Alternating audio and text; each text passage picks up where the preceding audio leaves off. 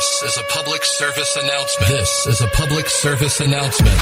What you're about to listen to may make you yell, shout, smile, and even laugh out loud. Youth baseball players, coaches, and fans join the S.L.I.D.E podcast crew on their journey to make baseball fun again. Hear stories from players of all ages, plus tips and tricks from coaches and scouts. Now, if you're ready, give us a loud play ball.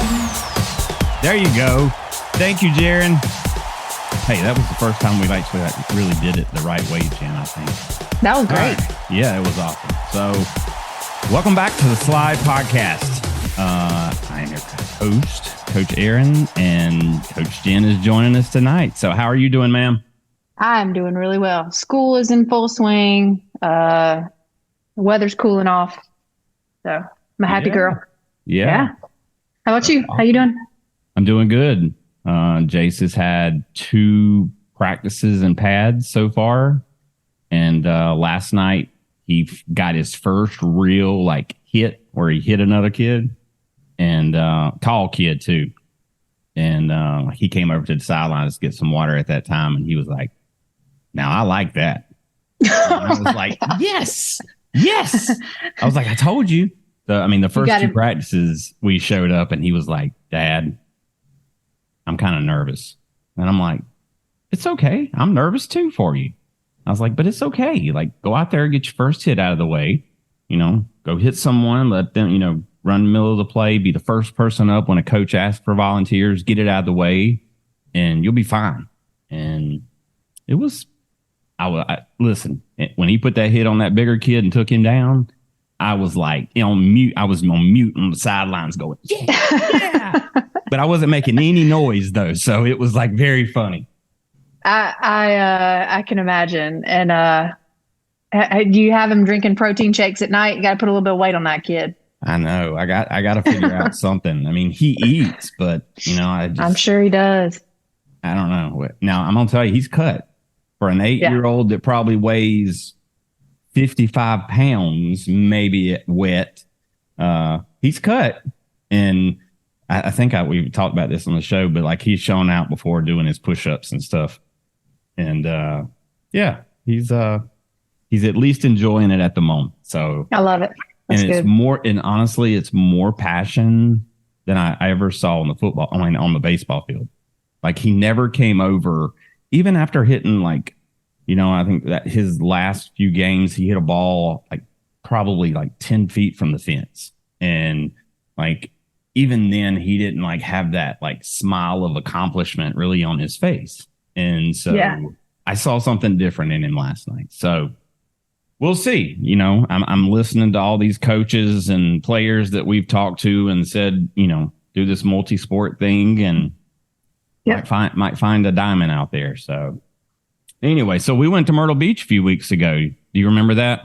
I vividly remember our car ride. I was white knuckling it the whole time with Aaron. Oh driving. my gosh! I'm just kidding. I know. Because if my wife listens to this, she's gonna smack me. No, that's not true, Katie. Pridmore, that's not true. I'm lying. There was one time we both on our way home. We both jumped, but it's. I was okay. I was like, is he gonna hit the brakes anytime soon? No, I know. It was fine. It was fine. We went to Buc-ee's.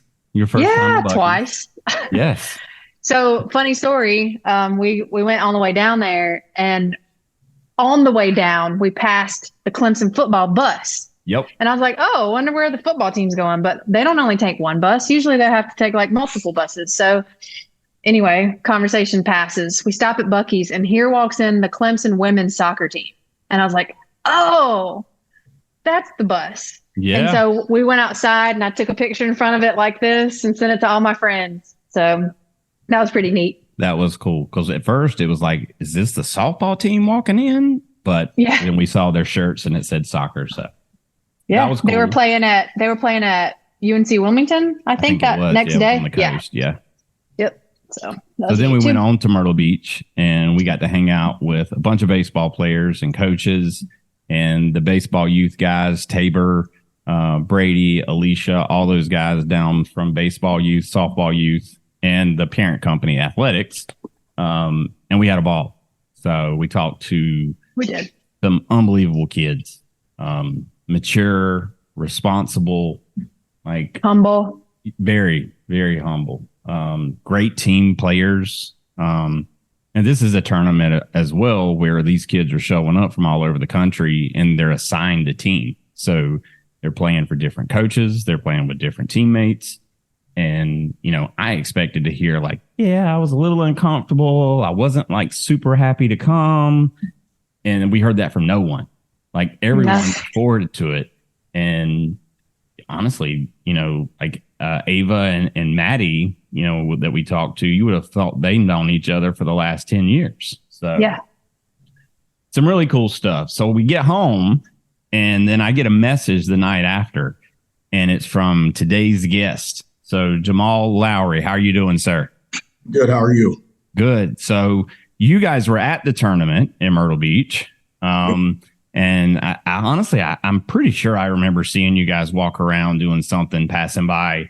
But I'm going to tell you, your message that you sent us that night was, it made all of this worthwhile. So thank you guys and welcome to the show.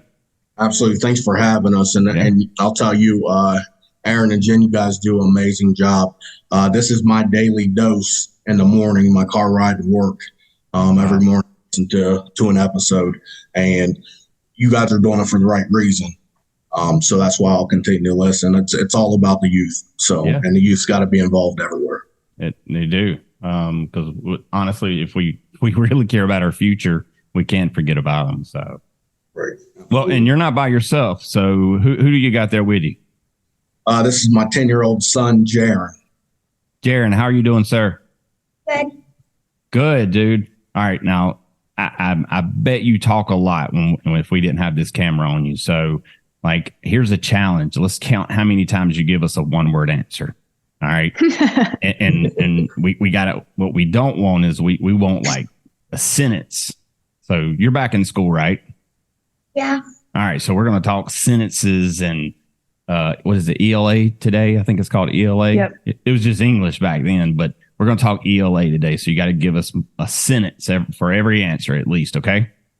Yep. All right, cool. So Jamaal, man. So, Yes, sir. All right. First of all, you guys, you're in Myrtle. Tell us where you guys are from. Cambridge, Ohio, right?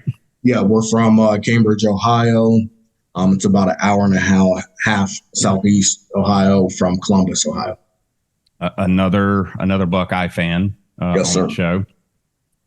He definitely told us before we started recording where he was from and that he's an Ohio State fan. And he made that very clear from the beginning. hey, but you know what? He had listened to enough shows to know that I was a Hurricane fan. So that was pretty cool.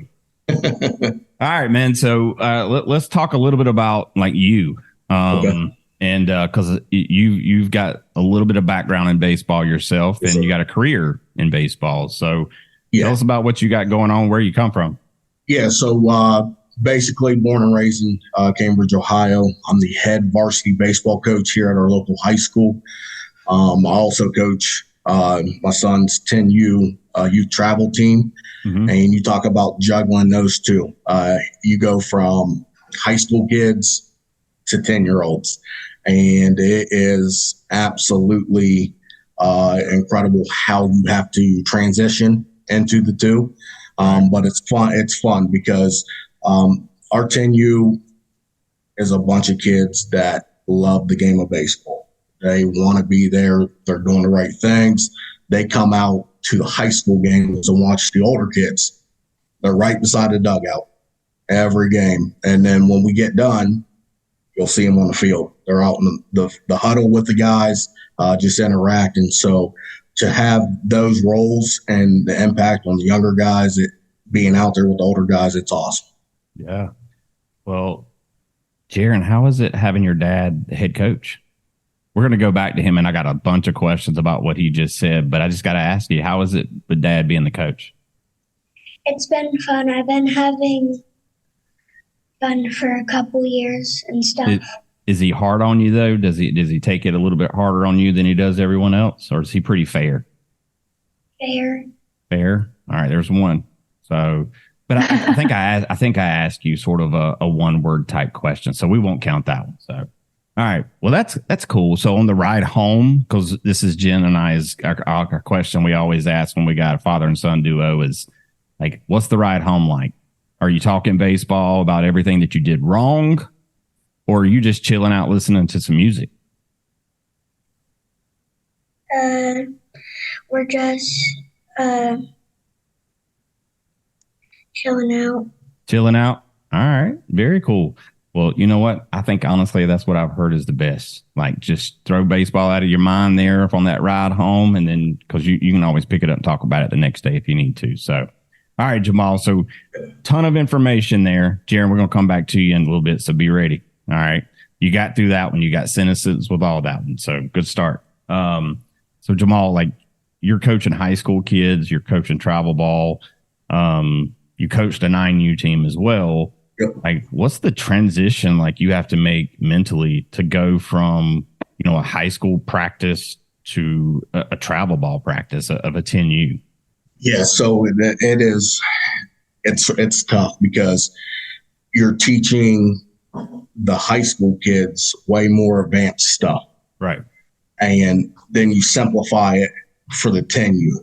So to kind of not make them overthink at 10U and just put it in terms that they're going to understand, that's the hardest part because I'm so used to coaching these high school kids and using my terminology.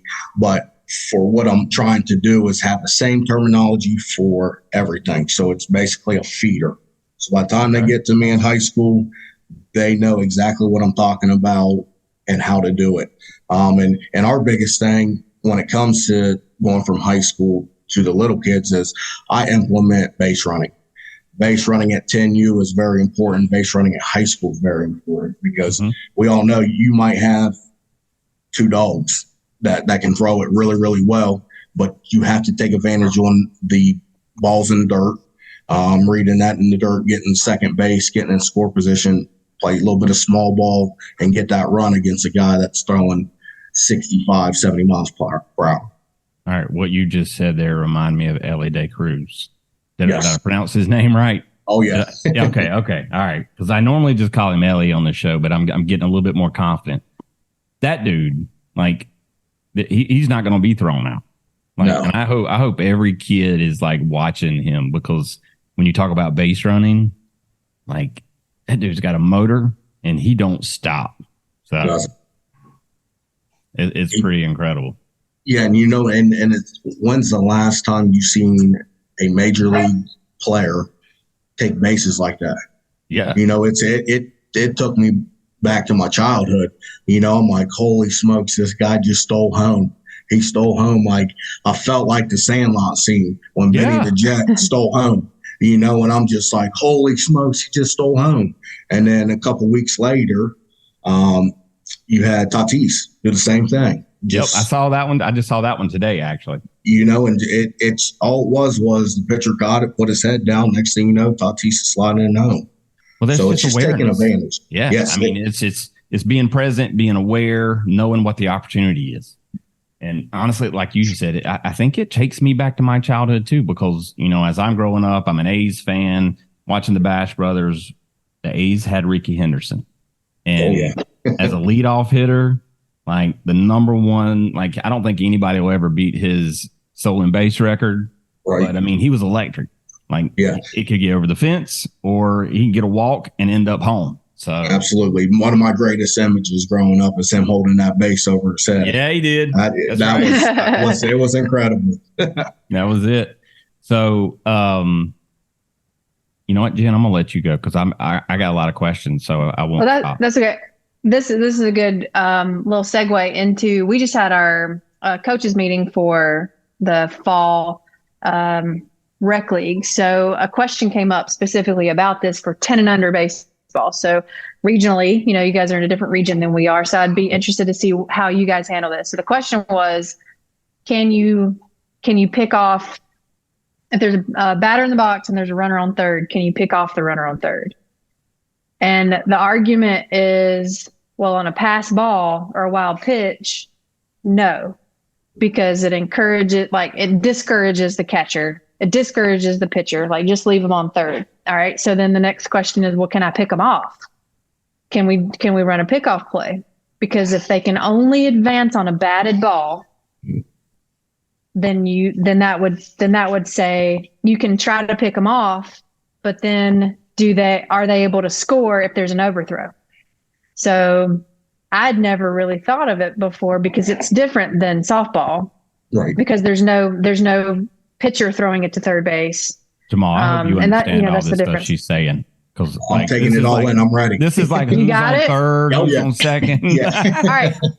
So in your 10 and under leagues at home, is your catcher allowed to pick off a runner at third? We played both ways. So when we got into travel, we could. When That's we different. got it, yep. So when we got in a rec, it was, what are we trying to teach them if they do make that big off? 9 times out of 10, if a guy's on third, we're wanting to keep him at third. Unless, because so now you've got this catcher thinking he's 10 years old. The kid's 2 feet off the base and he overthrows the third baseman. The guy now scores. So we do not. You can't pick off anybody at third. And I'll tell you something else. We can't even lead off at rec league. Now, when you get to 50-70, which is your 11 through 13, you can lead off. You can do every pitch to every base, and the catcher can throw the guy. You know what? Off. You may be right about that. You might not be able to lead off until the catcher gets the ball. Is that correct? What it is? Until it crosses the plate. Yep. Until it crosses the plate. Yeah, you may be right about that. And we call it the cat and mouse game. Yeah. So when you have that guy at third, he's halfway down the line trying to bait the catcher. 9 times out of 10, you'll see the catcher just running back. The pitcher goes, stands at home plate, so someone's covering. Yeah. Which you can have a guy standing out there forever. Now, if he's standing out there and he commits back to the base, it's a dead ball. He's got to go back. Yep, he can't. He can't advance after that or anything. So it's. Do I like it at that age? Yes and no, because if you got a good catcher, and obviously you're going to at that age, because once the ball crosses the plate, they're stealing. So hopefully your catcher can throw the ball at least second. That's just part of the baseball. It's part of baseball. So once you get into travel, it's a whole new monster because these kids and rec, you're playing no leadoffs, and travel, you're playing leadoffs, pickoffs. So you got kids that are a little bit more advanced than your rec kids once it comes to that point, and then they'll adapt and catch on once you play in more travel ball tournaments. But it was a eye-opening thing for us this year. Yeah, so I think we do it the same way around here. It sounds like rec league is more instructional. Yep.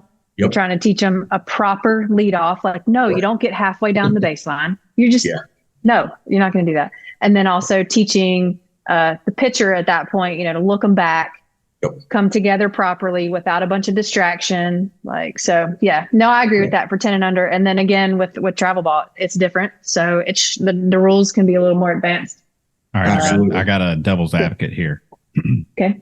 So if rec league, and I totally understand where you guys are coming from, with it being a more developmental and more about the teaching, but didn't that answer our question as to why at an 8U, 10U we start to see more kids go to travel ball, and why rec league's dying?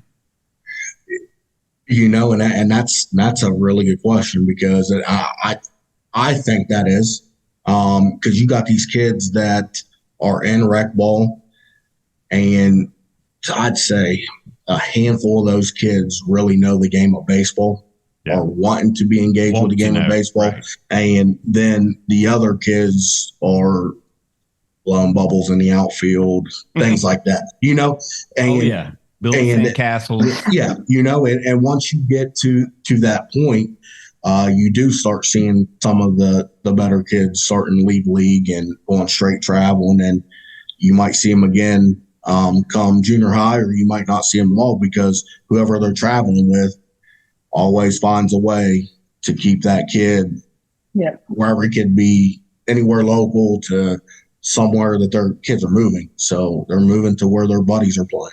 Yeah. I'm curious if anybody out there is listening and your rec league is rolling full steam, up to the ages of probably 12U, I'd love to hear from you. I'd love to know what you guys are doing to keep your attendance up through the 12U. And, honestly, how can we share it throughout the country? Because, I'm watching the Little League World Series. These kids are ballers, but in a lot of cases, these are travel ball kids that are united to go play in Little League tournaments. But I'd be interested to know if your rec league is very successful, like what is it? And come on and talk to us about it. So, but that's an interesting point though. Yeah, Jen, how do you like being commissioner? Is it getting any better? It's always a big challenge about this time because little Johnny, I'm softball commissioner. So little Jane doesn't want to be on Coach Jen's team. She thought she was going to be on Coach whoever's team. And can we switch them? And thankfully, myself and the other commissioners and the athletic director came together during that same coaches meeting I just referred to. And we said, no, it has to be a no across the board. Uniforms have been ordered. And no, this is not the NIL. You can't get put on a team and then get asked to move to another one. Transfer portal. Yeah, no, we're not putting them in the transfer portal. So that was a breath of fresh air to know that like these are the rules and we're actually sticking to them. But that makes it easier for coaches too, though. Like, yeah, I'm that coach that I always, every single season, and Jamaal, I'm sorry, obviously you listen to the show, sometimes I get off on a tangent, but no, you're good. Like, I'm that coach where a lot of kids put my name down. In every draft, I would be without one or two of the kids that, were going to swear up and down that they weren't going to play again unless they played for me. And I had to talk them off the ledge and, try to make it about the kid and not about the coach. But that does, Jen, that eliminates all the drama, and the coach can just say, look, we're not moving anything. Yeah, we changed a couple of rules this year. You guys are not, Jamaal, you guys are not in rec anymore, right? You're totally travel. So we didn't play rec this year. Okay.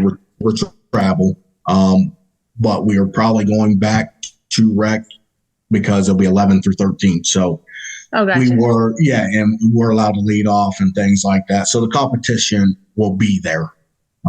So that's what we were wanting. Because you get kids out there, like I said, that might not pay attention or getting hurt, things like that. So, So how do you guys do your like evaluations and your draft and stuff? So do you have freezes? Do you have seniority, I guess it's called, between coaches and stuff?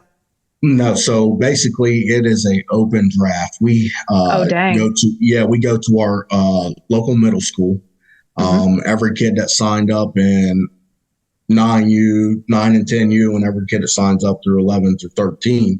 And they're out there showing us what they can do fielding, what they can do hitting, pitching, they can catch pop-ups, how fast they run, things like that. So it is a full-blown tryout. And then the coaches come together at the end of it, and they select teams from there. So no freezes. No, and how we pick who gets to go first in the draft is random numbers out of a hat. Yep. That's how we do that. Do you know how many people around here would be so upset if that's how it happened? If they didn't get any freezes. We went from 5 freezes to 3 in the fall. Spring, it was 5, 3 in the fall. And people were so upset about that. So upset. Is that a foreign term here's why. to you, Jamaal? Yeah, it is. So your freeze is basically you can keep up to 5 kids on a team that you had from last year, including the coaches that you had to have coached. Yeah, you had to have coached them before. Wow. So, but you have to freeze your own kid. So, gotcha. But the problem that people ran into with there being 3 freezes is that like everybody wants to freeze a pitcher and a catcher because you need a pitcher at that age group. Like, you really need to have a good pitcher and you really need to have a good catcher. Well, then if you have to freeze your own kid as well and they're not a pitcher or catcher, then there's your 3 freezes. Yeah. So people were a little upset about that. Right. So how we do that, because obviously I've coached in rec, and your last, so I got just my son. He would be my last pick of the draft. That's how they handle here. So if a coach has 3 kids, that's his last picks. So the last 3 picks, there it is. So it's set it, because say they make you take your kid first round. Right. So now you're like, oh, how's that fair? He's where he's going to be with me regardless. So how's that fair? Yeah. Yeah. That's what we did. It's always the last pick of the draft. That's interesting. That's funny though. Like, the differences between, I would be curious too. So, I mean, our league is totally a rec youth driven, a youth association. It's not actually little league. So, right. I'd be curious to know even how like an official little league would run it. So, all right. You started off with Jaren. You guys started at 9U, right? Travel ball. We started at 8. We played up. 8. Yep. So we played up ever since we started traveling. And I got parents asking me, why are you playing up for? Mm-hmm. I said, because when they get there to their actual age, they're going to be so more advanced and ready to go and know what's going on. And that's like what I sent you. So at 9, we won 4 games. Mm-hmm. We went to every tournament and it was like 2 and out.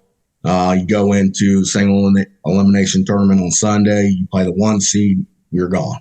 Yep. And this year, they brought hardware home. They won 22 plus games. They knew what they were doing, and that's why I did it. Just to see where we're at. Because you see these elite travel teams that we're playing against, and they are a whole new monster.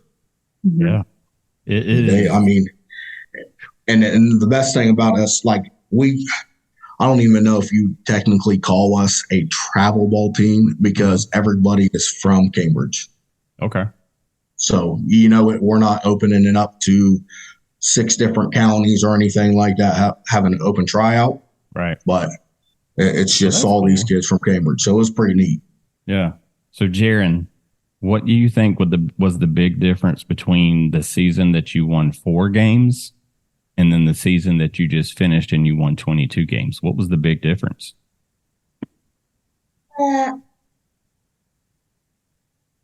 Breathe. It's okay. Did your dad finally get smart and start telling you what you're supposed to do? Yeah. He did. All right. See there, Jamaal, it's simple. We talk about it all the time. It's the coaches. I don't know what you were waiting on. No, I'm just kidding. Well, I think it was probably because you guys got the hang of things, right? And all the stuff that he was probably telling you when you were only winning 4 games, and keep your head up and things will get better. And, we got to practice hard. Sounds like you probably started doing some of that stuff in this past season.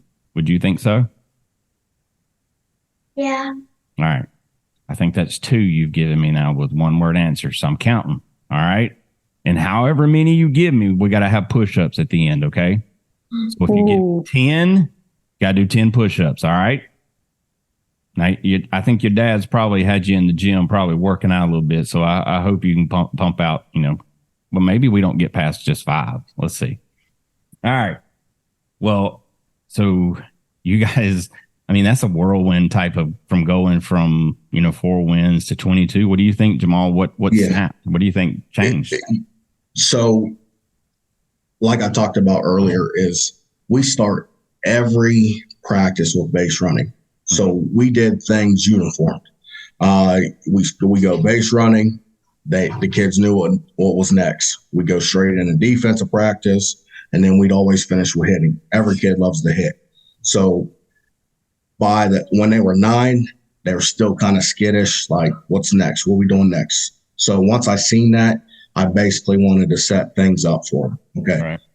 You warm up, and you do what you're supposed to, get that in, and then we went straight into base running, then we went straight into fielding, then we went straight into hitting. And that's how the practice was broke down. Now, on Tuesdays and Thursdays, how we did it, it was when we broke down into defense, we did individual. Okay. So I'd have the outfielders, my other coach would have the infielders, and we'd have a coach with pitchers and just working, just so they get the amount of time that they need to master their craft. Yeah, they got to get reps. So that's pretty cool. Well, now going back, how long have you been a varsity baseball coach? So I've been a varsity baseball coach for 11 years, been the head coach for 6. Okay. You must have a pretty decent program there. Yeah, so it's okay. You can brag. You can brag. But and I hate to, it just because, my grandfather, he was the one that raised me. So he basically stay humble. So I am very humble when it comes to situations like that. Yep. So when I took over the baseball program, we were hovering around 500, below 500. And the last 3 years, we made it to the regionals 2 times out of 3. And had winning season. We've only lost 4 games the year before, and we lost 5 games this year. Wow. So it is coming full circle. But that's just a testament to the kids that I have. They bought into my system, and when you coach for your alma mater, it means something different. When you can give back to where you came from, that's all I wanted. And to the communities behind us. And we're actually a basketball town. Okay. And I had a guy from the community and said, Coach Lowry, you made us a baseball town. So when you hear stuff like that, it means a lot. Yeah. So we're getting there, but we want that state. So we were a game away from going to state this year. And then last year we were 2 games away. So we're sniffing it, but we want to go get it. Okay. What's your returning class going to look like from this past season? Yeah. So we graduated 5 seniors from this past season. Lost my ace. That was my starter for 4 years. And the crazy thing about that is my ace this year was 8-0 with a .65 ERA with a torn ACL. He got hurt in football. First game of the year, never got surgery. Played all baseball because he didn't want to miss his senior year of baseball because he had to in football. And basically through 8 wins, no losses, and a .65 ERA. Wow. All conference, all division, all OVAC, everything. So it was impressive. Did he go on to play somewhere? So he is getting he's getting his knee surgery next month, and then he'll decide from there. But there was offers. Yeah. Baseball or football? Baseball. Okay. Yeah, I think that's one of those situations. Like even if he had committed it as a freshman, they would still put that on hold just because that surgery is so major. So. Yeah, absolutely. And and like I said, when he's your 4-year starter, that kind of hurts to replace. But the guys that are underclassmen, they traveled with us to the regional. Mm-hmm. So they got the sense that, feel it, to know how to get there. So that was big, and they can step up and play that role. So we got 2 freshmen that pitched for us in the regional final game and the district finals game. So they're back, and there's no bigger stages than that other than state. Yeah. That's pretty awesome. So now, Jaren, does Dad yell at those high school boys a lot more than he yells at you? Yeah. Yeah. They can take it. You got a sensitive little heart. I can see it. I know. Yes. Hey, look, I my son, you've probably heard me talk about him, but he's very much that way. He gets so hard on himself, and like he would probably clam up like completely if I brought him in here and put him on the mic, but he never stops talking. So, but I get it, man. Yeah. Jaren, what? I'm sorry. I was going to ask him what position he plays. I can't remember if we've already talked about that. No. I play outfield, pitcher and second base. And your favorite? Second base. Ooh, I wasn't Which one did expecting he that. say? Second base. Second base. Okay. Why is that? Why do you think you like second so much? I did it in Myrtle Beach. Uh-huh. How was that experience for you? Have you done baseball youth before, or is this your first time? It was my first time. And how was that process? Because I just learned on this Myrtle Beach trip how baseball youth works. So if anybody's listening that doesn't really know, you have to go through a selection process and get chosen to be part of baseball youth, which is like prestigious. That's amazing that you're being selected to go. And then you're placed on a team, like Coach Aaron said earlier, you're placed on a team with kids that you probably don't know, a coach you probably don't know. And so how was that for you? It was fun this year. Yeah. So you do video submissions, is that right? Yep. Video submissions. So Dad was saying, nope, do it again. And holding his phone up. Nope, do it again. Nope, do it again. You almost got it that time. Come on, we just need to hold on to the ball. But you made it. So you made it. And y'all made the drive, or did you fly? Yeah, so we drove. Hold on 1 sec. The mic sort of got really muffled there for a minute. Try it now. Yeah, we drove 10 hours. Woo! All right, Jaren, what'd you do for 10 hours, dude?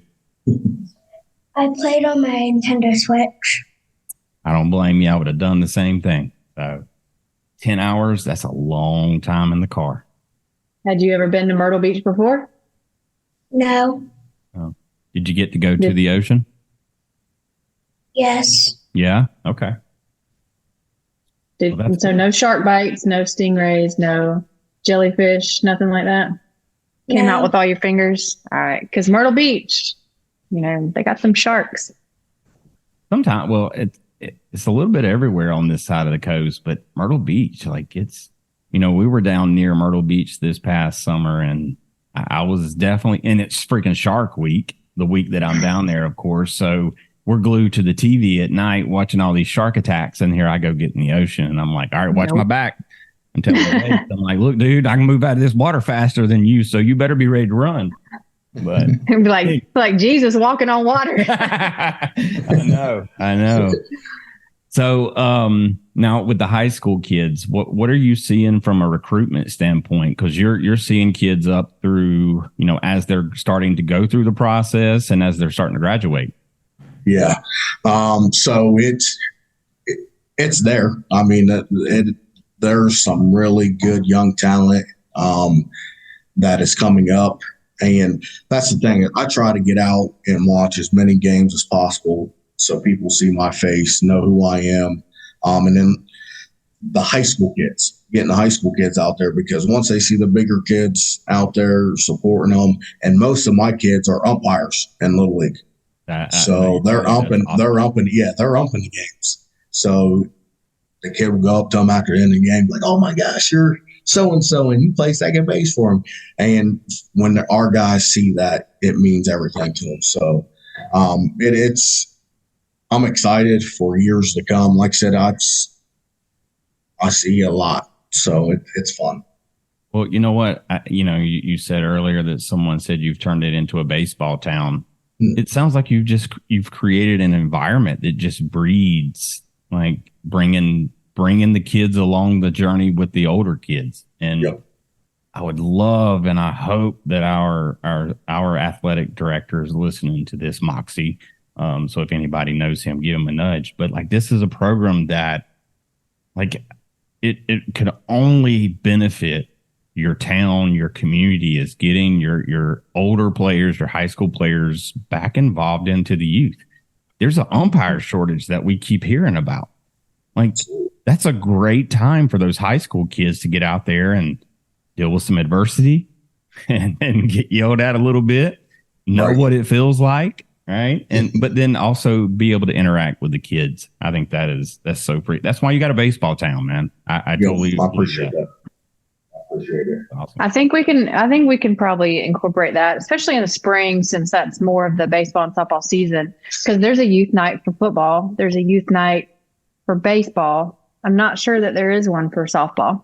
And now that Hannah is the head softball coach at Bowling Springs High School in our town, we might can put that together for the girls and start getting the high schoolers involved in some of the youth stuff. Because she came up through this youth association, so bring it all back around. Now that right, and it is so tough too, like spring sports, because it's so quick. Yeah, it's not like football, it's not like basketball. You blink, baseball season's over, high school wise. Yeah, so and that's the hard part, because you're playing anywhere from 7 games in 5 days. So you're constantly rolling. Yeah, because once it starts, it don't stop. It don't stop. It does not. I think I only had less than a month to myself before I started taking over. 3 weeks top. You just confirmed it. Well, now, so what was now? Go ahead, Jen, because you probably got something right in line with. Well, this. I was just going to ask if this is your full-time job, coaching. So no.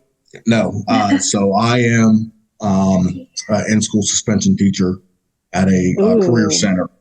And okay. So once I get off, I go straight baseball mode, and it don't stop until 6:30, 7 o'clock in the evening. I can hear that now. You think Coach had a bad day today? Like I heard so and so was in there. He's going to be in a bad mood when he shows up today. I can just hear it now. I didn't even think to ask that. In-school suspensions teacher. That's ISS, right? Yes, sir. ISS. Yep. Oh, what do you do that whole time you're sitting in there all day? Man, it's insane. Sometimes I'll have anywhere from maybe 10 students in there, because this career center is huge. Or I can have anywhere from 3 to 4. So it's nothing crazy, but some of the kids coming up there are a handful, but it's fun. That's why I like it. It's a challenge. You never know what you're going to walk into. Keep you on your toes. Yep. And that's the way I want. Hey, Jaren. You ever get any thumbtacks on your seat? Any whoopee cushions? Not yet. Not yet. My gosh. See, Jen, that's like your first like silly joke right there. There you go. I got to give you the oh my goodness. Oh my goodness. Jaren, you had ISS yet? Yeah, in school suspension. No. No, well, good. I'm good. I'm sure you would probably hear a little bit about that if you did. So, look, take it from me. Look, I never got detention, and I never got ISS. I was a good kid. You believe that, Jen? No, actually, the first 2 did. That's definitely true. My son was in the vice principal's office this week. What did he do? It's the second week of school. He's not a bad kid. I'm just bringing that up. He apparently was loud on the bus. I don't know. Whatever. And that gets him to the VP's office? Yeah. And we got a call. Like they yeah. called me. Did he have a megaphone? Like that's what he was like. He was like, I wasn't even that loud. I'm like, I've seen you loud, but anyway. That's good for him. That's good for him every once in a while. Thicken his skin up a little bit. Scare him, yeah. Yeah. Scare the heck out of him. It's like going to, what was that show where they took him to the prisons? Scared Straight? Scared Straight, yeah. Oh, yeah. Yeah. Absolutely. Did you never see that, Aaron? I don't think I've heard of it. I have heard of it. Oh, man. I've never watched it, no. Check it out. It's fun. Yeah. So I'm assuming it's some, kids that probably need some heart to heart, and they go get scared straight, huh? They go to the local, or I don't know if it's local, but the prison where it's like hardened criminals, and they like get in their face and they tell them what they've been through, and yeah, it's intense. That'd be good for a lot of kids these days, I think. So. Sorry, none of those people are listening to this right now, so don't get offended. So yeah, no. There's some kids out there that definitely need that heart-to-heart conversation. So, all right, Jaren, how did your season go, man? Did you hit pretty good? Did you do a lot of pitching? Tell us a little bit about your season. I had fun this year. I did get a new bat in Myrtle Beach. Awesome. What kind of bat did you get? Hold on. Let me guess. The Easton Hype. That's my guess too. All right. That is the hottest bat apparently out right now, like out of the wrapper. How did it do for you? I hit my bat speed is 53. Okay. Is that good? I don't know the numbers. Age. Yeah. Is that good? Okay. Yeah. That's swinging right there. Well, very cool, man. So do you like the bat? Yeah. Because I know Easton has to be just rolling right now because that bat, I'm going to tell you, that bat is used everywhere. So it must be a good one. So have you had any home runs yet? Any dingers over the fence or inside the park? No, I've been having doubles and a couple triples. Sweet. Hitting line drives? Yeah. Dude, that's all that matters. Keep hitting line drives and eventually they'll go over. So, but just don't be I never hit a home run. I say this all the time on the show, but I want to hear from you when you hit that first one. We seriously going to get you back on the show when you do hit the first one over the fence because I want to know what it's like. So I ask every single kid, what was that first home run like? Because I never felt that. So now, Jamaal, you must have played some ball, right? Yeah, I did. I went to Muscatine Community College out in Muscatine, Iowa. Muscatine? Yes, sir. Okay, never heard of that one. Yeah, neither. We were the Cardinals, but it was fun. But high school, I played Legion baseball, I played high school ball, and all the way up through. I remember being in Little League, and they used to call me Big Poppy. Because I hit a lot of home runs. I remember my most memorable home run was I shattered my coach's windshield. They always said don't park in the outfield, and he earned it. Well, earned it. He deserved it. Yeah, I turned and burned on this one, and it was low and inside. That's a lefty string pitch. I just elevated, and I remember shattering his windshield. Now, what did he say to you after you hit it? He just said I wasn't busted his windshield. Yeah, I wasn't allowed to get no more Big League Chew. Oh man, those were the days, wasn't they? Yeah, I remember just getting slushies after the games, and you roll around watching your buddies play. You got Kool-Aid mustaches and just soaking it up. I know, that was when I was growing up. I played baseball when I was bored.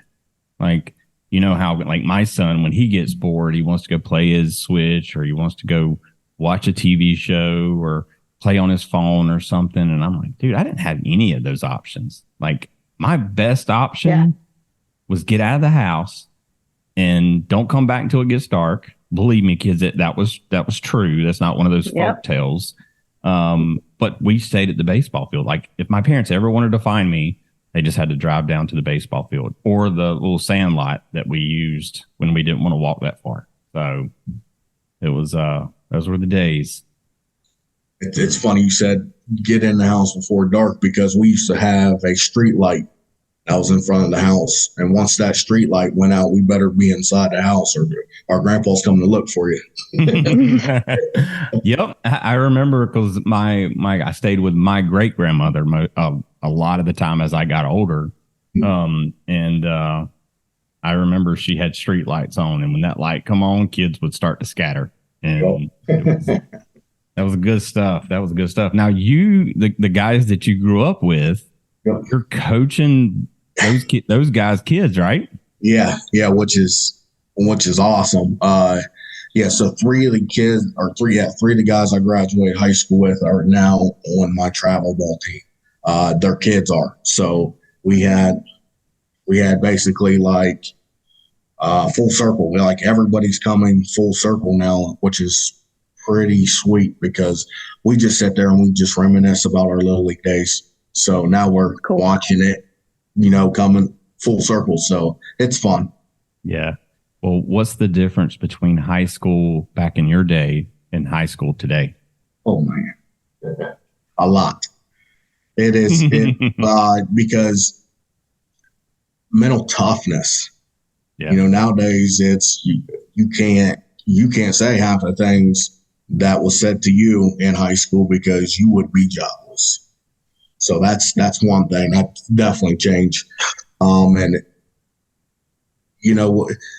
I don't remember like parents ever talking to coaches like the way they do nowadays. So that's another thing that's changed a lot as well. Well, I think like you just hit it like right there, like respect in general. Yeah. Like, we're abusing umpires. We're saying God knows what, hitting umpires, and we're teaching kids to disrespect someone in an authority position. And then you see that happen with parents and coaches. Yeah. And I agree. Like now, let me ask you a question. What that first thing that you said, mental toughness, and because believe me, when I was growing up, my coaches, I felt like were drill sergeants. Right. I agree. Like, I mean, I remember warming up for JV and we were pulling tires. Like we had ropes through tires and we had them around our waist, and that's how we got loosened up for practice. So we were pulling tires all over. And if we stopped, that was another one for the team. So exactly. It was hardcore. Yeah, and that's what, I try to bring that back is just be tough, because baseball's a game of failures anyways. And if you aren't mentally tough, it will own you, chew you up, spit you out a couple times. So I just try to teach that. Just have the right mindset up there. You strike out the first one, so what? You get another AB. Go take advantage of that one. And if you're having a bad day at the plate, go make a play out in the field. There are as many opportunities to be successful in the game, but you will fail more than you are successful. Yeah. I think everybody just expects or feel like they're entitled to the spotlight. Right. And like you have to earn. Like I feel like that's where this generation that's coming up is so misguided, is the term you got to earn what you get. And like you got to put in some work. And, yes, absolutely. And if people hand you something, they're only crippling you. I mean, they're not helping you anyway. So, oh my God, I could totally go off on that. I could too. Like I can't stand that. That's the worst thing. And I listen to, I don't know if Jamaal, you know who Alex Hormozy is, but I listen to his podcast all the time. And he says the exact same thing that Coach Aaron just said. Like, you're not entitled to anything. You get what you deserve what you get, whether that's good or bad. You deserve what you get because you either put the work in or you didn't. And I've had, even in 6 and under softball, I've had parents yell. I'm the coach during coach pitch. Parents yelling at me, or yelling at their kid that the play's at home. The play is not at home, and it's like, So I had to approach her in the middle of the game, and it's like, what are you teaching your kid? What are we doing here? I had the same thing happen last season. I had a parent. I think their kid was playing the infield, and like they're yelling the same thing. The play is at home. The play is at home. Well, I didn't need to worry about that run coming home. Like I needed to be out. And so like I'm behind the catcher. I'm like throwing the ball back to the pitcher because we're in coach's pitch at the time. And like play happens. She's yelling, go home, go home, go home. And thankfully enough, like the kids actually didn't do what she was saying. But I did walk over to the mom and I said, ma'am, I'm gonna need you to be quiet. And she was like, what? That's where the play was. And I was like, no, ma'am, because we needed this, and this. And she was like, oh, I'm sorry. She didn't understand strategy at all. At the end of the day, you if you're on the sidelines, you made the decision not to coach. And you've got to trust and you've got to put a little faith in the coaches that your kids do have. And like, I get it. And sometimes I understand there's a lot of bad coaches out there, but like, let a coach do their job. Like when they have good intentions, trust them. Yes. Like, I mean, I'm sure you understand that. Do you deal with a lot of that kind of stuff at high school level? That's an understatement. Yes. yes, I do. Okay. And it is playing time. Yes. And that's key. And Game Changer. Like, I wish I would have never, ever downloaded Game Changer, because I've never seen so many people sit in the stands and watch Game Changer rather than watching their kid play, just to see how someone marked down a hit, or if they gave them an error, or, I mean, I'm probably going back old school and just handwrite everything in a book. Yeah. Yeah. I don't blame you for that. I think in many ways we need to like go back to the way we used to do things. I think that youth league in general would change for the better if we did. So we need to start that movement right now. Yep. There it is. You heard it here first. Yeah. Yeah. Game Changer's wrong. Yes. Game Changer's wrong. Oh, I'm going to tell you, like, it's so crazy that I have never really experienced some of those issues at a Game Changer, but some of the nightmares and horror stories that I've heard about, like you're talking. Yeah. Like, that's just silly. Like, really? Like, Yeah, you're watching your phone to see how they scored it. Yes. Yeah. Because they're 10 and they're getting recruited right now. Like, what do you? I don't know. I mean, it matters. Don't get me wrong. Like, it does matter, because whoever puts it in really needs to be putting it in right. But you also need to be educated yourself, because if it's a fielder's choice, correct, and your baby doesn't get a hit out of that, then you need to know that that's why. So yes, it's just going to open a whole can of worms. I can see that. You just need to find someone neutral to run Game Changer that has no kids on the team. And like I say, just know the game within the game. You have to have that game knowledge, because if not, I mean, it's hard to explain it to somebody multiple times and they still have no idea. Yeah. Well, I think that's kind of sickening that parents would watch their phones before actually watching the kids. I mean, like, at some point in time as a parent, like, you're not teaching your kid doing those type of things. You're not setting the right example to make the game fun. Like, we've already told you multiple times, like, your kid, like, he's not going to get a hit every time. He's not going to bat 500 as it gets harder. Like, and if he is recruited and he plays in the MLB, I can promise you'll never walk up to that coach and say anything about playing time. I can promise you. Oh, no, he better not. I promise you, when that scorekeeper ruins your no-hitter in the ninth inning because it gives the kid a hit, or a hit instead of an error or whatever, like, hey, you know what? I'll tell you one thing that I am teaching Jace right now in football is, if the ump don't see it, it didn't happen.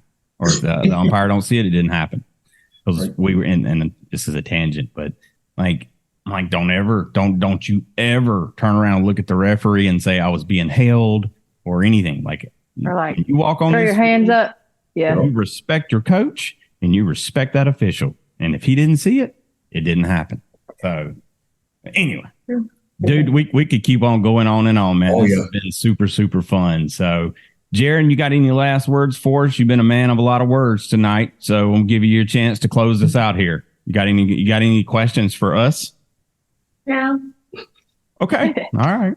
Well, I feel like your dad's a celebrity. I'm sorry we talked to him a whole lot, but he knows his stuff. So did he do okay? Do you think he did okay, Jaren? Yeah. I think so. I think he did. I think both of you, just knock out about 10 push-ups tonight or something, and you guys will be all right? Yeah. All right. Yeah. Oh, thank you guys so much for hopping on with us. We could continue talking. So this has been so fun. I love an interview where there's just, I got so many questions that don't have enough time. So Jen's used to that because I never shut up. So no, we appreciate you having us. And like I said, just keep doing what you guys are doing. You got a fan in Ohio. Awesome. Well, hey, we're not going to let you two go without the last question that we always ask on the show. And Jaren, we're going to let you go first. All right. I bet you guys are prepared for this one. So Jaren, you're walking up to bat, bud. What's that walkout song? Bring S.L.I.E. up. Okay. I didn't hear that one. What did he say? Did you say Sally up? Sally up? Sally up, Sally down? Mm-hmm. Yeah? Yeah. He's a big Bryce Harper guy. So, okay. Yeah. So Bryce comes out to bring Sally up, and he is a.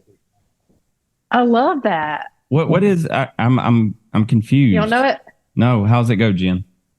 Bring Sally up, bring Sally down, bring Sally up. Yeah. I think I've heard that. That's not like a pop. We used to do it. It's an older song, but it's probably been redone. We used to do it at 9 round when I went to 9 rounds, because you would do a squat every time they said bring Sally up, bring Sally down, and you end up doing like 70 by the end of the song because it's a long song. Yeah, Aaron, you'll have to check it out. It's by Moby Flower. Okay, all right, I'll check it out tonight. So, all right, Jamaal, what's yours? When you call me Big Papa. Oh, there you go. There you go, man. I love. Look, that first album, Biggie. Yep. That to me, that I've had many arguments about my top 5, but that one I think everybody can agree that's in their top 5. So, yes. Born to Die. It's that's definitely one of my favorites, and it'd be a good one. Yeah, no doubt. So, all right, guys, Jaren, we're gonna close it out, and we're gonna let you end this, okay? All right, so I'm gonna wrap everything up, and then I'm gonna say until next time, and then I want you to say, we'll catch you on the slide, okay? You got to do it loud with like a mean voice too, okay? I want to hear like that energy you bring to the baseball field. So, all right, thank you guys so much for listening. Again, we're a youth baseball podcast, so we're talking to kids, parents, coaches.